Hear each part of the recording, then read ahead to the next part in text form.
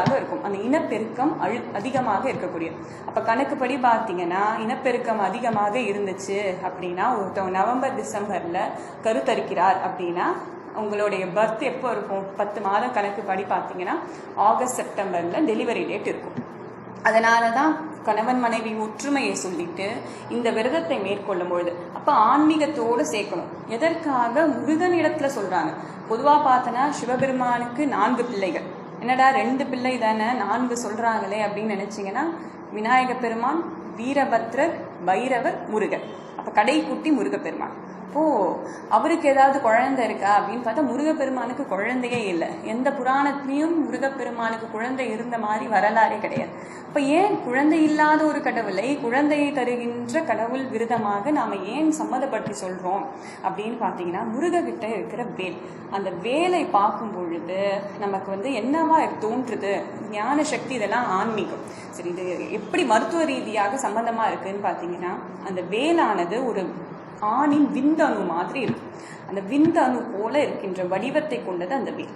அந்த விந்தணு என்ன பண்ணும்? ஒரு பெண்ணின் கருமுட்டையிலிருந்து வருகின்ற அந்த கரு முட்டையிலிருந்து வருகின்ற அந்த முட்டையை அந்த விந்தணு போய் சேரும் பொழுது ஒரு குழந்தை உருவாவதற்காக அந்த ஜைகோட்டுன்னு சொல்லுகின்ற அந்த கரு உண்டாகும். இதுதான் நார்மலாக ஒரு குழந்தை வளர்வதற்கான நமக்கு குழந்தை வளர்வதற்கான டைம் இதுதான். அப்படி இருக்கும் பொழுது பொதுவாக எப்போ தாமத்தியம் வச்சுக்கணும் அப்படின்னு சொல்லுவோம்? 9லேருந்து 11 நாள். அப்போ 7 நாள் சஷ்டி விரதம், இந்த மீதி இருக்கின்ற நாளுக்கு தாமத்தியம் இருக்கக்கூடிய நாட்களாக கணக்கு வச்சுக்கிட்டாலும் அந்த காலத்தில் எவ்வளவு அழகாக முன்னோர்கள் இந்த தாமத்தியத்தை பற்றி சொல்லியிருக்காங்க அப்படின்னு தெரிஞ்சால் வியப்பாக இருக்குது. சரி, இப்படி ஏன் இந்த விரதம் இருக்கணும் அப்படின்னா நம் உடலும் தூய்மையாகும், மனமும் இறை சிந்தனையிலே இருக்கும் பொழுது அதுவும் தூய்மையாக இருக்கும். பொதுவாக எதுக்கு நோன்பு எடுக்கிறோம், எதுக்கு விரதம் இருக்கோம் அப்படின்னு பார்த்தா டீடாக்சிஃபைங் அப்படின்னு சொல்லுவோம். நம்ம உடம்புல இருக்கிற கழிவுகள் செல்லக்கூடிய நேரமாக இருப்பதனால தான் இந்த ஃபாஸ்டிங், உண்ணாவிரதம் இதெல்லாம் இருக்கும். சரி, அதனால இந்த விரதம் இருப்பதனால இந்த டைமில் நம்ம அதிகமாக இனப்பெயர்ச்சி எடுத்து கரு தங்குவதற்கான எல்லா இதுவும் உண்டு. அப்போ அது முருகப்பெருமானோடு சொல்லும் பொழுது சரி உங்களுக்கு புரிகிற மாதிரி சொல்லணும் அப்படின்னா இந்த வேலை பார்க்கும் பொழுது இந்த வேல் வடிவத்தை பார்க்கணும், இந்த ஆணின் விந்தணுவை பார்க்கணும். ஸ்பெர்ம் அப்படின்னு ஆங்கிலத்தில் சொல்லுவோம். இந்த வேல் வடிவமும் இந்த விந்தணுவின் வடிவமும் ஒரே மாதிரி இருக்குது. இப்போ பொதுவாக பார்த்தீங்கன்னா இந்த விந்து நம்ம வெறும் விந்தணு கணக்கு வைத்து மட்டும் ஒரு ஆணின் மலட்டுத்தன்மையை நிச்சயிக்க முடியாது. அந்த விந்து அணுக்கள் இருந்தாலும் அதுக்கு ஒரு சக்தி இருக்கணும், ரொட்டேட் பண்ணுறது, மொட்டிலிட்டி அப்படின்னு சொல்லுவோம். அதனால தான் ஒரு சக்தி வேணும். அதனால தான் முருகப்பெருமான் வேலை சக்தியிடமிருந்து வாங்கினார். இப்போ நம்ம சிதம்பரம் கோயிலில் பார்த்தீங்கன்னா சிவகாமி கிட்டேருந்து அந்த வேலை அங்கே சந்நிதியில் வைத்துட்டு அங்கே குருக்கள் எடுத்துகிட்டு சூரசம்ஹாரத்துக்கு கொடுப்பார்.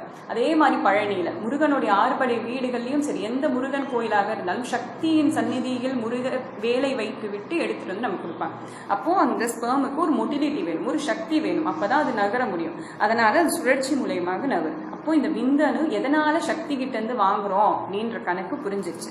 இந்த விந்தணு இது ஒன்று. இது எப்படி முருகருக்கு யோசிச்சிருப்பாரு அப்படின்னு யோசிச்சிங்கன்னா அதுக்கும் மேலே இங்கே பார்க்கணும். இந்த இடத்துல பூ மாதிரி வேலில் இருக்கும். அதே மாதிரி ஒரு பெண்ணின் கருப்பை பார்த்தீங்கன்னா இந்த யூட்ரஸ் அப்படின்னு சொல்லுவோம். யூட்ரஸ், ஃபெலோப்பியன் டியூப் அப்படின்னு ஆங்கிலத்தில் சொல்லுவோம். இது செனைப்பை, அதாவது ஓவரிஸ். இந்த ஓவரியிலேருந்து முட்டையை எடுத்துக்கிட்டு வர்றது இது. இந்த இடத்துல இந்த ஃபெலோப்பியன் டியூபும் இங்கே முருகர்கிடத்தில் இருக்கிற அந்த வேலினுடைய அந்த பூ மாதிரி இருக்கிறதும் ஒன்று. இந்த துளைத்து கொண்டு தான் அந்த விந்து அணு ஆனது அங்கே போகும் பொழுது ஒரு கருத்தரிக்கிறது. இது ஏன் முருகருக்கு எப்படி தெரிஞ்சிருக்கும் அப்படின்னு யோசிச்சிங்களா? அந்த சமயத்தெல்லாம் மைக்ரோஸ்கோப்பாக இருந்து அவன் ஞான பண்டிதன், ஞானத்தின் மூலியமாக அப்பாவுக்கே சொல்லி கொடுத்த சுவாமி அவனுக்கு தெரியாதா அந்த ஞானத்தை? அதனால அவரு அப்பவே வடிவமைச்சிருக்காரு. இந்த மைக்ரோஸ்கோப்பு, நுனி நோக்கிலாம் அப்ப கிடையாது. எவ்வளவு அழகாக முருகப்பெருமான் அப்பவே வடிவமைச்சிருக்காரு அப்படின்னு யோசிச்சனா நம் முன்னோர்களின் வடிவமைப்பு. அவரை போர் வீரனாக நினைத்து கொண்டாலும் சரி, எப்படி இருந்தாலும் நமக்கு சொல்ற கருத்து இதுதான். அந்த வேலானது எப்படி துளைத்து கொண்டு ஒரு உடலை துளைத்து கொண்டு உயிரை ஏற்கிறதோ அதே மாதிரி இந்த விந்தணுவானது ஒரு பெண்ணின் கருமுட்டையை துளைத்து கொண்டு ஸ்பின்னிங் மூமெண்ட் அப்படின்னு எங்களுடைய அனாட்டமியில சொல்லுவோம். ஸ்பின்னிங் மூமெண்ட் மூலயமா போய் ஒரு ஓவம துளைத்து கொண்டு ஒரு ஃபீட்டஸ், ஒரு ஜைகோட்டை அது ஃபார்ம் பண்ணுது. இப்போ 2 பக்கமும் பார்த்தா அது உண்மையானது.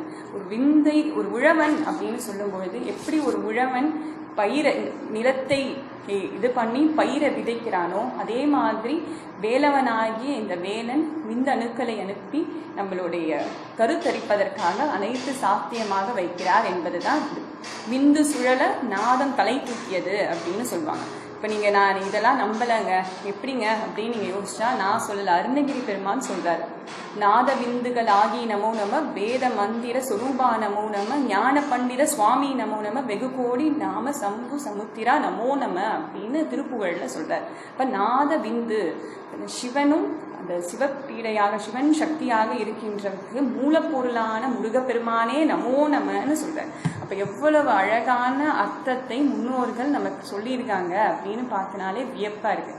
சரி, இதெல்லாம் ஒன்றுங்க. சரி, இந்த விரதத்தை எப்படி இருக்கணும் அப்படின்னு கேட்டிங்கன்னா, சஷ்டி விரதத்துக்கு நிறைய பேர் 7 நாளும் உபவாசம் இருக்கணும், சாப்பிடவே கூடாது. ஒரு மருத்துவராக என்ன கேட்டிங்கன்னா, எப்படி சாப்பிடாமல் இருந்தால் உடல் வலிமை பெறும் அப்படின்னு யோசிச்சோன்னா முடியாது. இப்போ எனக்கு கேஸ்ட்ரைட்டிஸ் இருக்குது, எனக்கு மாத சுழற்சி ஒழுங்காக இல்லை, பிசிஓஸ்க்கு நான் மாத்திரை போட்டுட்ருக்கேன், நான் விரதம் இருக்கணுமா அப்படின்னா சிந்தனை முழுக்க இறைவனை வைத்து கொள்ளுங்கள். முருகப்பெருமானை சிந்தையில் என்ன வேலை செஞ்சாலும் செய்யுங்க, ஆனால் மனசில் அவன் நினைப்பு இருக்கணும். அதுதான் மணிவாசகர் சொல்லும் பொழுது சொல்கிறாரு, கறந்த பால் கனலோடு நெய் கலந்தார் போல சிறந்த சிவனடியார் சிந்தையில் தேனூற்றி பிறந்த பிறப்பருக்கும் எங்கள் பெருமான். இந்த கறந்த பால் எப்படி இருக்கோ, கனல் என்றால் சர்க்கரை, பாலோடு சர்க்கரையும் நெய்யும் கலந்து தித்திப்பாக இருக்கின்ற மாதிரி இறைவன் நாமா நம் சிந்தையில் என்னைக்குமே இருந்துச்சுன்னா அவன் நம்ம பிறவி என்பதை அழிக்கக்கூடிய ஒரு பெரிய கடலை தவிர்க்கக்கூடியவனாக நம்மை காப்பாற்றுவான் என்பதுதான் உண்மை.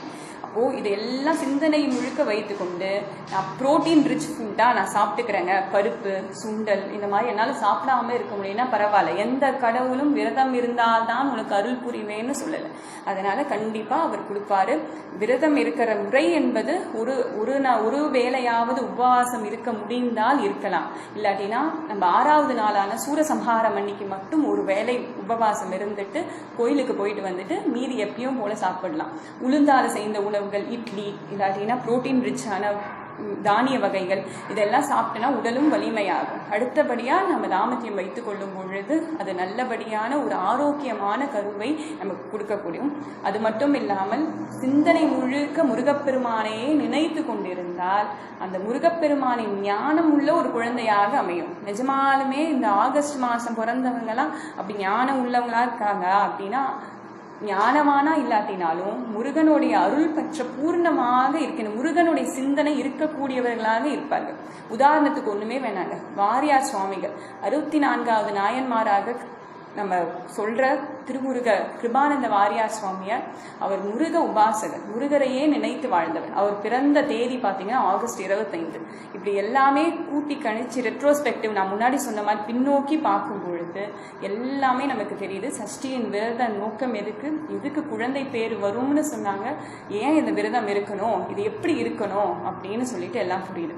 இது மூலயமா அவங்க எல்லாருக்குமே அனைத்து கருணையும் முருகப்பெருமான் கந்தன் கருணையும், அந்த முருகப்பெருமான் உங்கள் வீட்லேயும் குழந்தை செல்வமும் அதை விட ஞானத்தையும் தருவார் என்று 10 கை இருக்கிற வீரபத்திரரை விட 12 கரங்கள் கொண்டு நமக்கு எல்லாத்தையும் மாறி மாறி வழங்கக்கூடிய முருகப்பெருமான் அனைவருக்கும் எல்லா அருளையும் தர வேண்டும் என்று சொல்லி இந்த அளவை நிறைவு செய்கிறேன். நன்றி.